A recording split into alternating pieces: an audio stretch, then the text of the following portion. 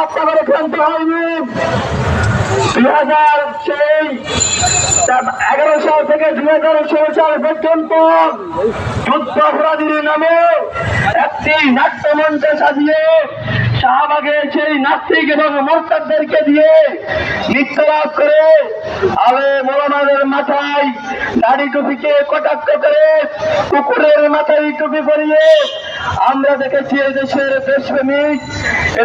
দেশপ্রেমিক জনতা দেলোয়ার হোসেন সাইদি সহ জামাতে ইসলামীর নেতৃবৃন্দকে অন্যায়ভাবে যুদ্ধ অপরাধীদের নাটক সাজিয়ে ফাঁসি দিয়েছে।